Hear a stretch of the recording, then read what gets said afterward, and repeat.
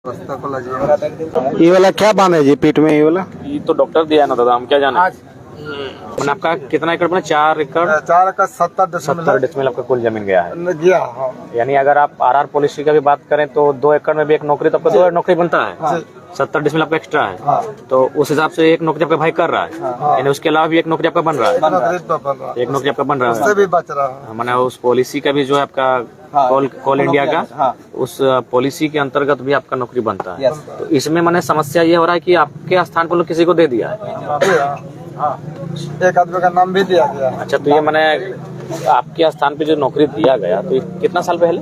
1995 ना, यानी आज मोटा मोटी 18 साल, 28 साल, सॉरी हाँ 28 साल, 18 नहीं 28, यानी 28 साल पहले। अच्छा, तो उस समय जब 95 में आपका नौकरी किसी को दिया गया, तो जाहिर सी बात है गांव का आदमी उतना तो जानकार होता नहीं, मैंने आप उस समय ध्यान आपको नहीं गया। नहीं, मेरे पिताजी हमको बोला था कि एक आदमी को हो रहा है, 2, 4, 6 महीने 8 महीने बाद तुम्हारा भी हो जाएगा। हमारा भी, तो जब बताया गया ना, तो 12-9 महीना बाद फिर हुआ कुछ आदमी का, उसमें मेरा नहीं हुआ, उसी में खेला हुआ। अच्छा, उसके बाद आप बीच में आज 2023 में आंदोलन कर रहे हैं? नहीं, इससे पहले आप कब किए? शुरू से करते हैं? शुरू से करते हैं। 7 से बेजोर आंदोलन किए, 13 से पे इतना आंदोलन किए कि उस टाइम हमको मैंने पूरा प्रशासन उसमें कैच ले लिया कि आपका साथ फैसला होगा।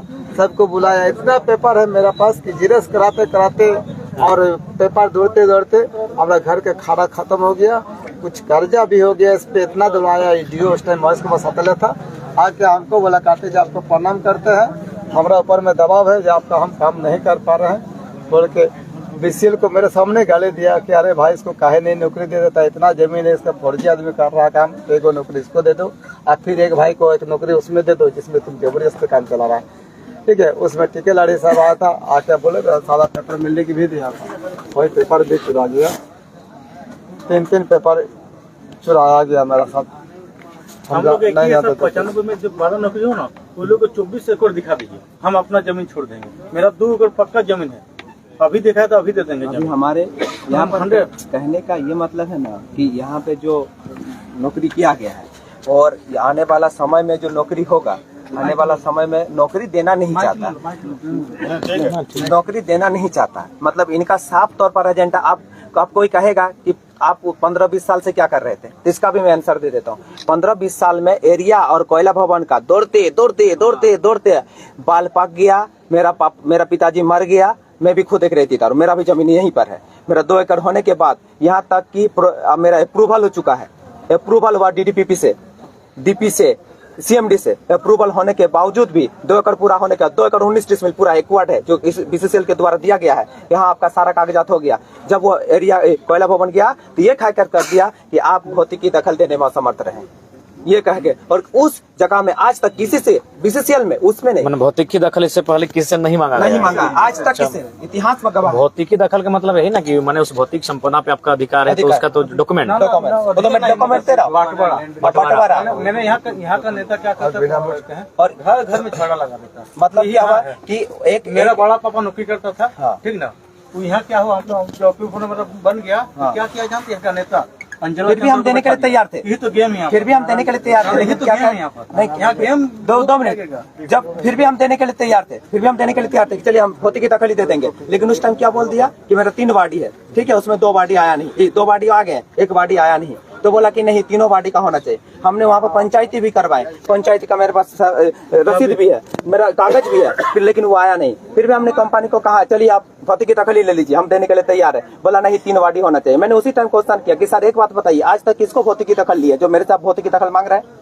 और उसी जगह में जो अब रिटायरमेंट कर दिया है, रिटायरमेंट कर गया है, आज तक भौतिकी, इसी का सेम काम इन लोगों का काम है कि आप कोयला भवन जाइए, एगो लिख देगा, एरिया जाइए, एगो एप्लीकेशन जमा कर दीजिए। मतलब कागज और पैसा का बर्बादी। एक तो किसान के पास ऐसे पैसा नहीं है, वो तो ऐसी जर्जर अवस्था में। दूसरी बात, बीसीसीएल की जमीन लेने के बावजूद भी ना तो वो हमारा जमीन छोड़ रहा है और ना तो हमें नौकरी दे रहा है, ना तो हम खा रहे हैं ना तो हम पी रहे हैं। लेकिन यहाँ पर जब बीसीसीएल के हर एक एम्प्लॉय अच्छा खासा मोटा अमाउंट लेके मानवता को भूल गया है। लेकिन उसे ये समझना चाहिए कि किसान है, अगर तुम नौकरी नहीं दे पा रहा तो उसका एनओसी दे दो, उस जमीन का एनओसी दे दो, खेती बाड़ी करके अपना परिवार चलाएगा। किसी और का किसी और मुझे बोलने दो ना, मुझे बोलने दो।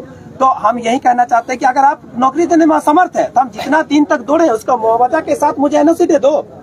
मैं तो आपका जमीन नहीं लिया हूँ। मैं यही कहना चाहता हूँ कि मेरा चाचा आज 25 से 30 साल दौड़ा है, तो इसका मुआवजा जो बनता है, एक मुआवजा बनेगा ना, एक सरकारी रेट से इसका मुआवजा बनेगा ना, उस मुआवजे के हिसाब से इसको वो रकम प्रदान कर दिया जाए और इसे एनओसी दे दिया जाए कि नहीं, हम अभी नौकरी देने में असमर्थ है, आप अपना जमीन पर अपना खेती बाड़ी करके अपना परिवार चलाइए, भरण पोषण कीजिए। हम किसान है, भीख क्यों मांगेंगे? हम देश को देते हैं, 75% हमारा हिस्सेदारी है देश में, 75% का हक रखते हैं हम अपने। क्या और किसी भी विश्व की बात करेंगे तो किसान नहीं रहेंगे तो क्या सीएमडी रहेगा? बिना खाए हुआ आ सकता है क्या? अन्न के बगैर आ सकता है क्या? आ सकता तो अन्नदाता है। अन्नदाता जब भीख मांगता है तो बहुत खराब लगता है। एक ही जगह नहीं है, जमीन और किसी और का। समझिए मामला समझ गया। मैटर को समझ गए। अब इसमें समाधान कैसे होगा उस पर हम लोग को चर्चा करें। तो आज तो हम काफ़ी कार्यक्रम था और आप लोग सोशल मीडिया में हम भी देखे तो बोले जल्दबाजी में हम आए हैं। बाकी एक दिन हमारा जो टीम है जो आरआर पॉलिसी को और जो भी विस्थापित मुद्दा को देखता है उनके साथ हम लोग भेजते हैं उनको, या फिर स्वयं आते हैं और आगे क्या कागजी प्रक्रिया होगा एक बार हम लोग करते हैं, नहीं तो फिर आगे बृहद आंदोलन करते हैं। इस आंदोलन के स्वरूप को बदलने का काम करेंगे और संभव है तो हम लोग अगर प्रबंधन से अगर मेरा होता है टेलीफोन अगर दीजिए, हम पर्सनल हम पब्लिकली बात कर लेते हैं। सबके सामने ही लगाइए, स्पीकर ऑन करके ही लगाइए, ठीक है? देखते हैं हम लोग क्या रिस्पॉन्स देता है। नहीं, प्रबंधन से ही बात करें, मैनेजमेंट से बात करवाइए, जनरल मैनेजर से बात कराइए, एजेंट से हमने बात करें, जीएम से बात करें। जीएम का नंबर है दीजिए। हम राहुल तुम अपना मोबाइल दो, आपका नंबर तो उनके पास सेव होगा, वो इसलिए नहीं उठाएगा। नंबर दे दीजिए राहुल। तो नंबर बोली किसान ना नंबर तो बोले देखते नहीं।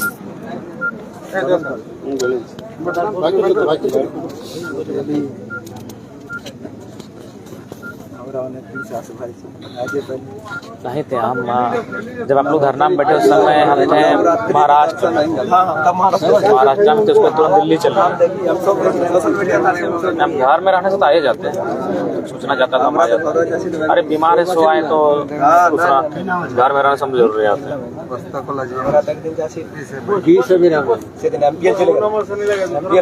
हाँ एमपीएल में तो काफी दिन रहे। ये वाला क्या बांध है जी पीठ में? ये वाला ये तो डॉक्टर दिया ना दादा, हम क्या जाने।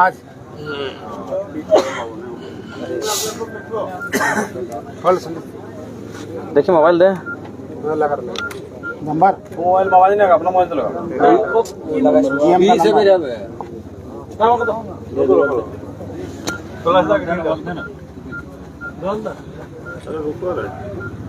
बाइक पे घंटा लगे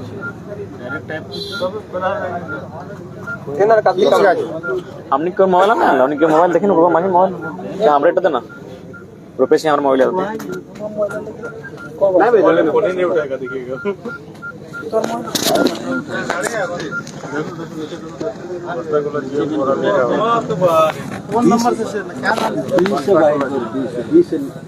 दादा जीएम के नंबर देखिए।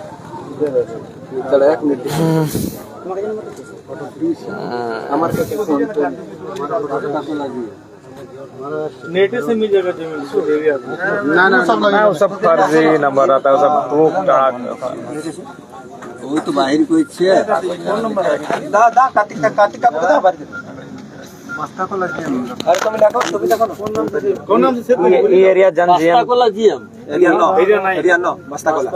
हाँ अरे पुराना रस्ती कॉलेज के पास इसका ऑफिस है। हाँ और आपका नाम से पहले आग भी लगी है, ऑफिस में आग भी लगी है जब सुना कि आप आ रहे थे। 8580 25 800 25 310